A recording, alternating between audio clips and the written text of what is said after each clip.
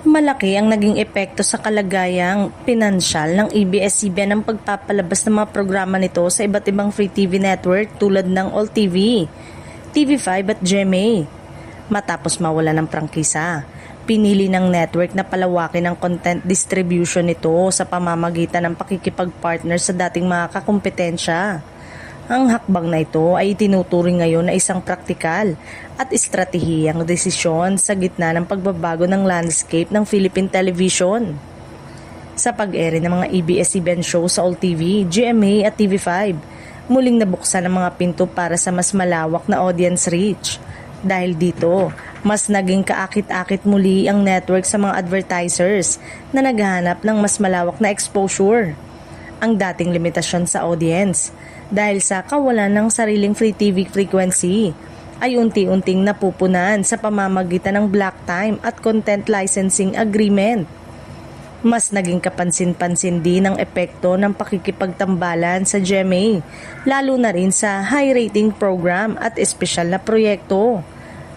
Ang pagpapalabas ng mga piling ABS-CBN show sa Kapuso Network ay nagpatunay na kayang magsanib puwersa ang dalawang higante sa industriya kapag negosyo at content ang usapan.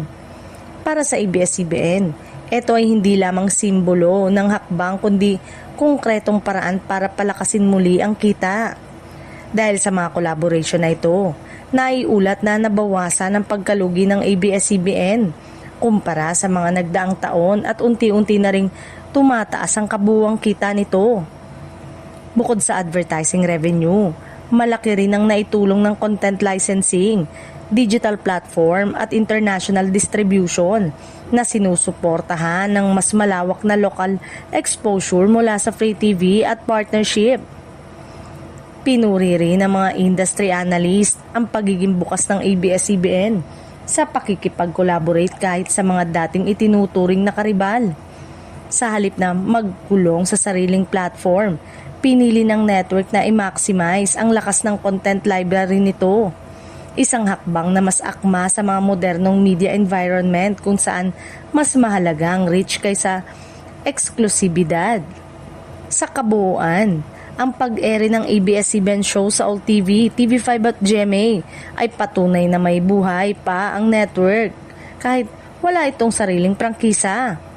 Sa pamamagitan ng matalinong partnership at kalidad ng programa, nagawa nitong bawasan ang pagkalugi at muling palakasin ang kita. Isang malinaw na senyales ng resilience at kakayanang umangkop ng Kapamilya Network sa gitna ng patuloy na pagbabago sa industriya.